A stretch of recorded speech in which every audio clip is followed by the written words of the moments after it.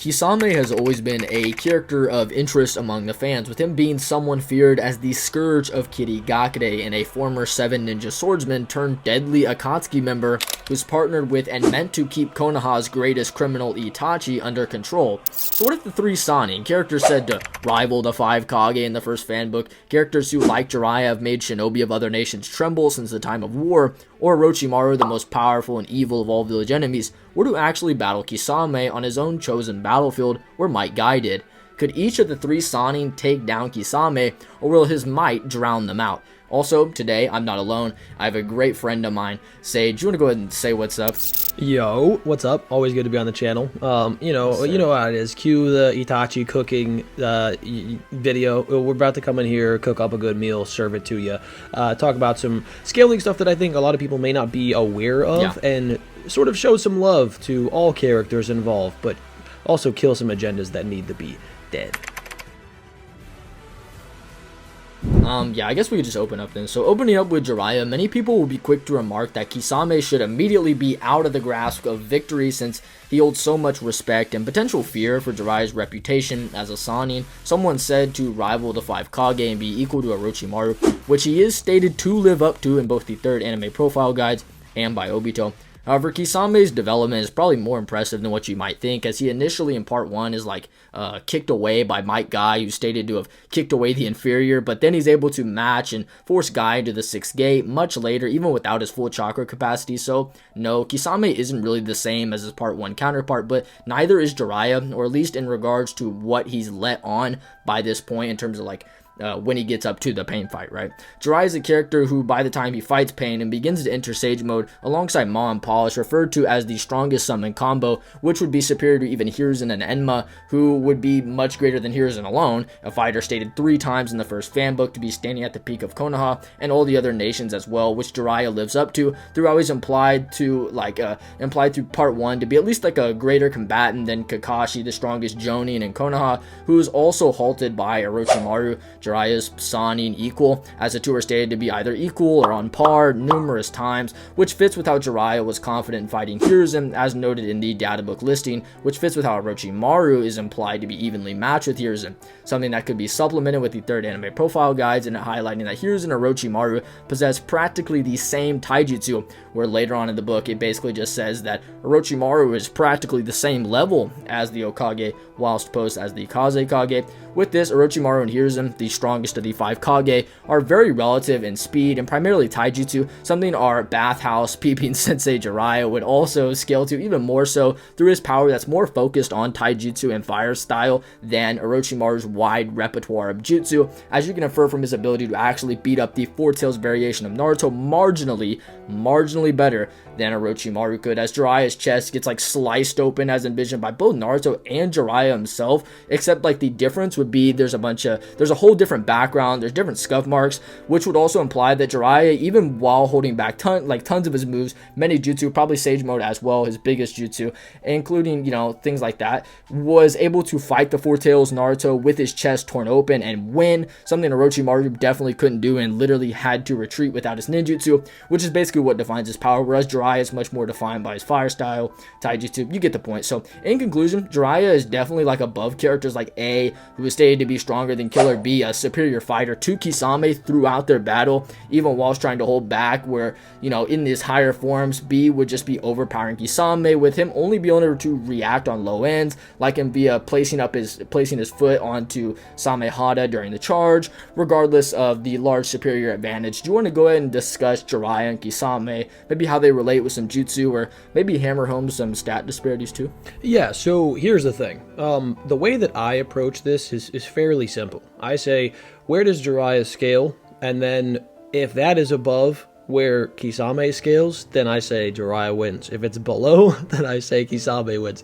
And so I think the best thing is something that he hinted at earlier, which is Jiraiya, along with the other Sannin, are just stated to be, in terms of their reputation at least, relative to or rivals to the 5 Kage. Then after his fight with Pain, Jiraiya is stated to have lived up to his reputation by Obito, which means that the reputation of him being relative to the 5 Kage was lived up to, which means that the 5 Kage, or people on that tier, should perform somewhat similarly. I think that's a fair understanding of what's being stated there. So if that's the case, and A is above B, and B is even somewhat relative to Kisame, then we should be able to say that Jiraiya should be above Kisame, at least as an overall combatant. In terms of what Virtue was saying about physical disparities as well, you have to look at sort of what Sage Mode offers him, which is the ability to box with characters who are just outside of his weight class normally. So if you think that those statements are in regards to the base Sannin like a lot of people do, then that just kind of goes beyond that. But yeah, I personally think that even just that simple chain scale should get him above the likes of Kisame. What do you think about that? Well, I mean, even to support that being a whole different tier as well, we know that, like, I brought this narrative up, but it's just a pretty common theme that both, say, Jiraiya is the mentor to Naruto, and Orochimaru is the mentor to Sasuke, and then we have these big bad Akatsuki members who killed them, and they kill a higher form beyond the Sannin, which fits with how basically Jiraiya states that he's no longer going to be of the Prodigal Three, but now he's going to be the Hermit Sage of Mount Miyaboku prior to fighting Pain. So it is kind of a whole different tier, at least when you touch on these reputations. And even regardless, it doesn't matter. They still live up to their reputation. Orochimaru kills Hiruzen, who is basically to their reputation standing to the Gokage, and then Jiraiya obviously is stated to have lived up to his, as both me and Sage have mentioned. So yeah, there's a lot of interesting points. I'm really with you. I think this fight isn't so much as like a style makes the fight, because I think whoever is superior, their jutsu is going to be just above the other by quite the degree.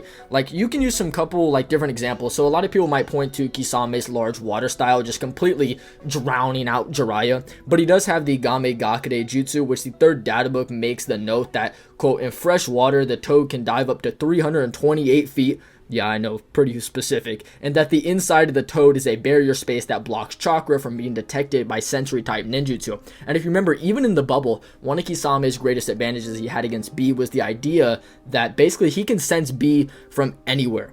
That's why and he's also much faster, but him being able to sense and locate B constantly was just deadly. But he won't be able to do this to Jiraiya if Jiraiya uses the Game Gakure jutsu. If this also happens, he could also just take him into his Gamma Hoyo like space barrier and then just fight him in there, which would mean that he'd also have the terrain advantage, because Kisame might not know about the say the acid like on the ground. And we are going to give Samehada to Kisame, even though he doesn't have it in the guy fight, just because we want to make it a bit more interesting. So we will be able to absorb different jutsu, as if not, he would probably die to something like the flame bombs, because like if you were to assert that Jiraiya's flame bombs were relative to Hiruzen's flame bombs, as they would be relative in base, and Jiraiya's like specialty is fire style, as highlighted by the birthday column, stating that like that's kind of what rivals Tsunade's medical ninjutsu mastery and Orochimaru's wide repertoire of jutsu, which is just kind of insane. So you could just argue that Jiraiya could blast out giant flame bombs, which are over 10 times as large as his regular ones when in Sage mode. So like 10 times larger and more powerful than the strongest fire style in the entire world. So these are probably just going to one-shot him. Jiraiya can also appear into your shadow as long as he's holding his breath. Yeah, I don't know why he can do that, but he can. So that's also pretty nasty. So a lot of these jutsu by Kisame just have ways to get mitigated, and Jiraiya has ways to also offer up counters. Do you want to touch more on some jutsu they could be whipping out? Yeah, I mean, I think one of the things that people tend to point to in regards to Kisame is his Super Shark Bomb jutsu, because it is his most massive scale jutsu. It would actually counter any like large scale ninjutsu attacks that Jiraiya fires at him. But I think what people tend to do is they try to scale that to 7th Gate Guy's combat speed. But something that's interesting to bring up is in the Naruto website birthday column for Guy, it specifically says that Guy fired his Hiradura in response to the Shark Bomb, which means that he fired it afterwards. So we don't get a quantifiable speed based off of that, like how fast it's actually fired, how fast his hands are moving, etc.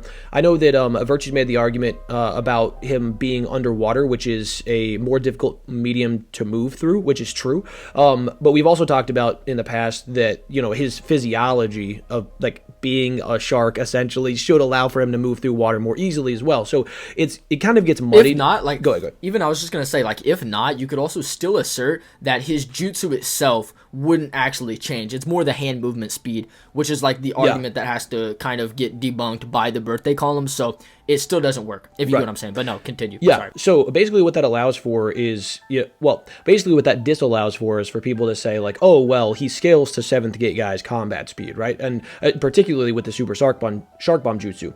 So for me, what it comes down to is stylistically, how do I think this fight goes? I think that Kisame generally is going to start in a close range combat scenario. He usually does that with Samehada. He's trying to wear down his opponents, take their chakra. The longer the fight goes on, the better he's going to be suited to win.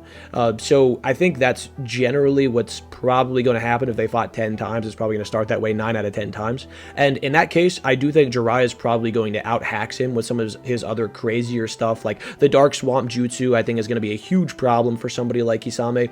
Maybe you could say he could absorb it, but it's like while he's absorbing that gigantic massive chakra, Jiraiya has a million other options that he could perform. His summons counter the giant water bubble. I just, stylistically speaking, whenever I look at these two fighting each other, I just see Jiraiya, who already has higher assertions than Kisame overall, and then plus hard counters for everything that he has. I know that you've brought up the strongest summoning duo statement before, so it's like, okay, if Jiraiya, Ma, and Pa or the summoning pair or whatever are the strongest summoning combination, that puts them above Hiruzen and Enma. Hiruzen and Enma are obviously animals, you know what I mean? Like, so I don't freaks think of nature. Yeah, so I don't think that we can really assert that Kisame gets to that level. Where are you at on that, or is there anything else that you want to sort of hit on there? No, there's a couple points. So I'm not even gonna lie. If Ma and Pa comes out, I think people think that Ma and Pa suck, like generally, but they really don't. Like Pa can spar with Sage Mode Naruto and stuff like this. His he has this blade jutsu that just slices through the animal path, and even then, like whenever basically Ma shoots out her acid tongue, which can burn things, Pain's like, whoa, that's fast. And he thinks of it in his head. He doesn't even say it out loud. So these things, like these characters are able to press someone like Pain. And one point you brought up that was really funny is him trying to absorb the oil. But one thing Jiraiya does a lot in character with the oil is just ignite it on fire, which is something Samehada does not like to absorb at all. He literally goes like scream whenever Itachi's fireball is fired at him. So yeah, if this is an even stronger fire style jutsu than that, you could see that Samehada probably won't be absorbing it, and it might actually just start burning through them. So Kisame is going to be pressed a lot in a lot of different instances here. So I definitely think that this is a Jiraiya win for sure. I think he just has a lot of different things, especially if he's going into Sage mode. Then I think his physical stats are just going to be so much greater, because also as the fight goes on, he's not going to just be able to absorb a lot of Jiraiya's like different jutsu, because there will be senjutsu added, and that will obviously might just freeze up Samehada and drop him. And another thing is, Jiraiya actually has 2 states of Sage mode. So he has one state where he has lines under his eye and they go off in like a squared direction. And then the other one is essentially just like the whole side of his face is red, and that's when he's using like the big ball Rasengan, more attacks like that are stronger. So he definitely just he can put more and more senjutsu to his own body, and he can do lower stages, stuff like that. So if Kisame starts to get stronger or fuses into what the chapter synopsis statement calls like a form with no weaknesses, then Jiraiya can also just up his form as well, get a little stronger, use the big ball Rasengan. And if you use like the flame bombs from what I said earlier of them being like 10 times larger, potentially more powerful, you could also guess how much stronger the big ball Rasengan would be in comparison to a typical Rasengan. The anime profile, sorry, not the anime profile guys, excuse me.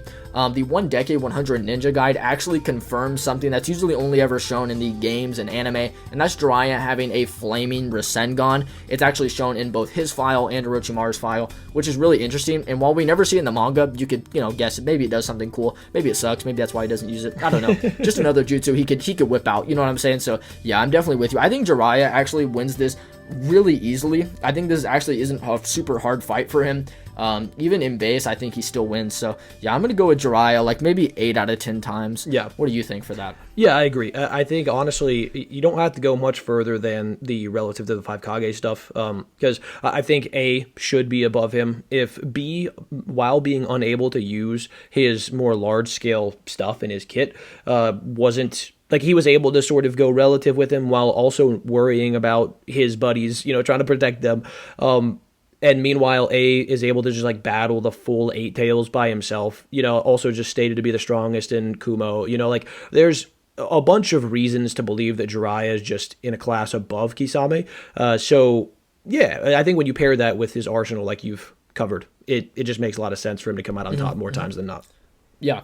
I mean, after that, we can go on to Orochimaru, and this is the one that I think more people are more confident in saying wins. But, I'm actually of the opinion that I think Jiraiya probably would beat Orochimaru, but that's a whole different topic for a whole different discussion. But besides the point, I still want to highlight that we highlighted this a little bit earlier, but I think it's important to restate that in the 1 Decade 100 Ninja Guide, Orochimaru has just a ridiculously wide repertoire of jutsu. So in that guide, it basically reads that the 3rd Hokage loved his talent for ninjutsu, an insatiable desire and inquisitive mind that he held. During turbulent times, he was one who rose to prominence as one of Konoha's legendary Sannin, a genius ninja who made a name for himself. However, he suddenly escaped the village and became the best evil. All of the village's jutsu are known by the evil one who unravels them and works behind the scenes as an immortal ninja, the ambition that knows no bounds. Yeah, I mean, that's kind of ridiculous that he also, alongside Hiruzen, knows all the jutsu in Konoha, or is at least aware of them. And this is probably why Hiruzen's so scared of Orochimaru in part 1. As you'll notice, he's not even confident that he can win. And the reason as to why is because this dude's been training for like 10 years, and he has insane talent. So I would be pretty scared as well. So that's why he's so freaked out. So his basically just his wide variety of jutsu is kind of the same as Jiraiya's fire style case, right? It's just going to probably overwhelm Kisame. As the thing with Orochimaru is he doesn't really have a sage mode to enter. He's still probably slightly above Jiraiya in base with all of his ninjutsu.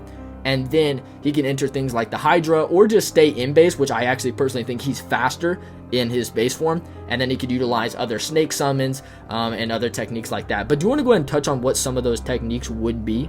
Yeah, I mean, obviously, like you alluded to, his massive snake summons, those are going to be a gigantic problem for Kisame. We get a pretty cool shot of him while completely nerfed, like unable to use his arms effectively, unable to use his jutsu effectively, creating a giant tsunami of snakes against Four-Tail Naruto, which sort of mirrors the giant tsunami of sharks that Kisame uses against Guy. So it's like, not only does he have large-scale jutsu like that, in mass, like with the smaller snakes, he can also just produce gigantic regular snakes at will. He can also summon the Rashomon gates if he needs to counter something. Like there are a bunch of different things he can do. Go ahead. Yeah. No, I didn't want to interrupt, but I think one thing to enter, like, because you mentioned these, is those miniature snakes, by the way, are poisonous. I know you brought this up before, and Kisame doesn't do very good with poison. Like, in the Akatsuki novel, I believe, there's, like, these poisonous bees, and he doesn't do very good, and Itachi's like, yeah, just hide in your bubble, bro. You're probably going to die. Because if you get stung once, you're fine, but if you get stung twice, you're dead. But anyway, I don't mean to cut you off again. Yeah, well, also, it's like, he's really hard to kill. Okay, so let's just assume that Kisame gets like a really lucky critical blow on him. He just uses his Orochimaru style substitution, and we know even while he's in a body that's rejecting him, even while he's nerfed and can't effectively use his arms and jutsu, he can use at least 3 of those before his body like begins to fail. So it's like, you gotta kill him like 3 or 4 times. He can be cut in half, reconnect his body via snakes, and like, I know you've talked about this, like heal his internal organs and spinal column and all that stuff with no problems. So I don't think Kisame has any way of taking him down outside of literally draining his chakra to 0, which I don't think is going to be possible, because the only way that he's going to do that is if he gets him in the giant water bubble and does it. But if he's in the giant water bubble and Orochimaru summons his snakes, which can also swim, and then maybe he can reverse summon himself out. Like, there are a bunch of different things he can do. Like, how do you see this going? Because for me, this is like a straight up ass whooping from Orochimaru. Yeah, no, I'm really am with you. Like, one thing I think that's interesting is like Kusanagi blade. People might point to it not being able to pierce the hide of Four Tails, but like, who cares? Samehada wouldn't either, right? So the thing is, like, also, by the way, Samehada is also implied to be like inferior to the Executioner's blade, which, whatever. But anyway, that's besides the point. So, you know, Kusanagi come out, he can combat Samehada with that. He also could just use Fire Style because he has access to it, and obviously that's a weakness if he can figure that out, because he's also implied to be like a similar tactical mind to that of Jiraiya, if not greater, with Hiruzen again loving his talent and knack for jutsu, when he doesn't mention anything like that for Jiraiya or Tsunade. So I think that's pretty interesting. I think, as you mentioned, the miniature snakes are actually going to be really nasty, because again, this is on water, and snakes also can go in water, so they could literally just go under there and just like start biting him from his feet where he's allocating chakra to. And that's another big problem. And it's not something that, you know, Samehada is going to absorb. He's not going to absorb the life force out of them or anything like that. So I'm with you. I also think one thing that's more important to point out, other than like what he could do to overwhelm him, like he has a wind style that's stated to have created hurricanes, stuff like that. But what's more important is how does Kisame bring him down? And it's like, yeah, you mentioned this. He can reattach all of his organs with those miniature snakes. He also has Oro Rebirth, which literally Sasuke uses to survive being hit with a Matarasu. These things are pretty nuts, and while they do absorb chakra, him without being able to use jutsu is able to use this and combat that, you know, Four Tails Naruto via extending his neck and things like this, which he does in the War Arc to place a curse seal on Guru, so he could do that to Kisame as well, and that would be something Kisame wouldn't be able to catch. So if he's scared of Jiraiya, Orochimaru is probably the more terrifying opponent, so he's probably also going to be scared by him. So yeah, I don't think there's much that Kisame can do. I think you highlighted that pretty well. I mean, this is like a fighter who is stated in the birthday columns to basically have been like a candidate for the 4th Hokage, but they're like, no, he had too many evil intentions. And it's like, yeah, that's kind of nuts. You know, like Hiruzen wanted this dude to succeed him, whenever Hiruzen is the same dude that's confident in like taking on the Nine Tails, and he's still standing at the peak of the world with stronger Kage in place at that time. So yeah, I think Orochimaru is definitely coming out with the victory here. Maybe like 8 out of 10 times. What do you think? Yeah, I mean, I'm not gonna lie.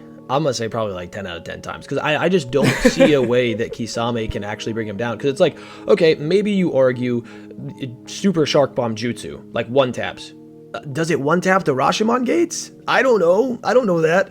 Does it one tap, like, because Orochimaru also doesn't just like launch giant ninjutsu at people. Like, you know, like in the games, you know, he uses like massive wind style and stuff, but that's really not his main kit in terms of how he actually operates as a shinobi most of the time. We do see him use it in Boruto, but like, again, his primary mode of attack is using his like snake nature, his summons, all of his different hacks to his advantage. So I just don't see a way that Kisame is able to bring him down without like incredibly favorable aspects of the fight. Yeah, and almost none of those snake prone abilities that you mentioned can be absorbed. So yeah, I'm completely with you. Next up we have Tsunade, and I know you've pushed a bit of a Tsunade agenda before, and I've also talked about her. Maybe not in such a beautiful light as you have, but I think she's also quite underrated, and she's not so... Okay, she is the weakest Sannin, in my opinion, right? But I don't think it's as easy of a discussion as people will tell you it is.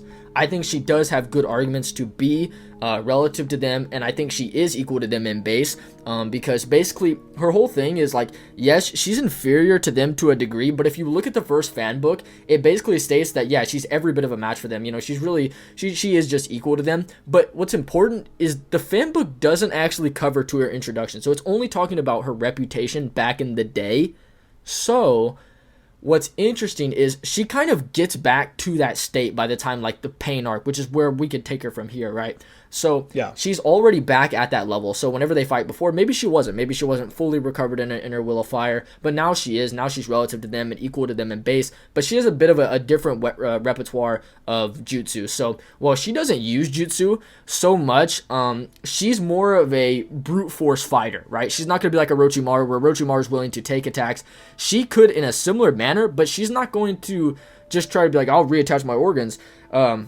With snakes, she's just going to reattach her organs with 100 healings and mitotic regeneration and things like this, which are really nasty. So even if something like the miniature shark bomb, which we haven't even brought up yet, he uses it, Kisame uses it on base guy and like completely knocks him on his back, like maybe that could come out, but it's not going to hurt Tsunade. Tsunade is physically stronger than Jiraiya and Orochimaru in terms of like her gag, as some people like to call it, but I don't personally think it's that much of a gag. I think it's similar to Sakura being just as powerful, as in chapter, I believe, 634, around that area. It's like the new 3, right? So it's the new Sannin. So it's displaying the relativity that the Sannin once had, but now in the form of Naruto, Sasuke, and Sakura. Except then, Sakura, she's using a higher form without even activating her 100 healings, by the way. It's just on her head. Once it awakens, she literally blows away 50 of these like Zetsu monsters, and Naruto and Sasuke were relative to them. Yep. And Naruto's like, yep, never mess with her again. So it's like, it is kind of a consistent thing for these females of the, you know, new 3 and the old 3 to actually just be that strong. But anyway, yeah, do you want to go ahead and touch on her? I mean, what is there to be said? Tsunade is an absolute monster. Like, if Tsunade is physically capable of one-tapping characters on the level of Jiraiya, like if she really hits him seriously, you know, like, I mean, come on, bro, you know, like, like this lady is an absolute demon. Now, I will say, stylistically, because she's kind of just a brawler, she does have the hardest time here, I would say, because she kind of has to make contact with him. You know, but she also, and if she gets caught in the water bubble, a lot of people might think that like it's kind of GG for her, but she also has a gigantic slug summon, which should be able to move through the water. She can reverse summon herself. Like, that's a giant advantage that they have that B didn't have in his battle, is that if they get caught in something like that, they can all just reverse summon themselves out. And that doesn't necessarily mean that she has to reverse summon herself to, you know, the forest, right? Like, she could just summon Katsuyu, and then Katsuyu could swim out of the bubble, and then she could reverse summon herself to Katsuyu outside. So she doesn't have to actually BFR herself from the battle, you know? So I think that there are a bunch of different things that, you know, Orochimaru and Jiraiya have to answer a lot of Kisame's abilities and hacks. But what she has is, I think, equally valid. She should be able to melt him with Katsuyu's acid. She should be able to one-tap him with a punch. I mean, she has the chakra to continue going on. She can counter all of his massive scale ninjutsu. His super shark bomb jutsu is not going to matter in the slightest because she's not launching big jutsu at him. So while she is kind of at a stylistic disadvantage in the sense that she's a close-range fighter and she'd be fighting a long-range fighter, she does still have counters, and her physicals should just massively outweigh Kisame's physicals. But at the end of the day, you know, her physicals in a standard fight, when he typically, like I said earlier, likes to start in a close-range battle, are probably going to be a massive issue. And if she punches Samehada, dude, like if he goes to like swipe at her and she punches Samehada's gone. Unironically going to kill him. Yeah. Well, like you mentioned this inside the bubble, it does seem like a dangerous fight. It seems like a fight that's just unwinnable because Kisame's got such an advantage. Perhaps he can even take her underwater into the ocean they're standing on. But the thing is, this wouldn't be the first time Tsunade's actually fought in an ocean.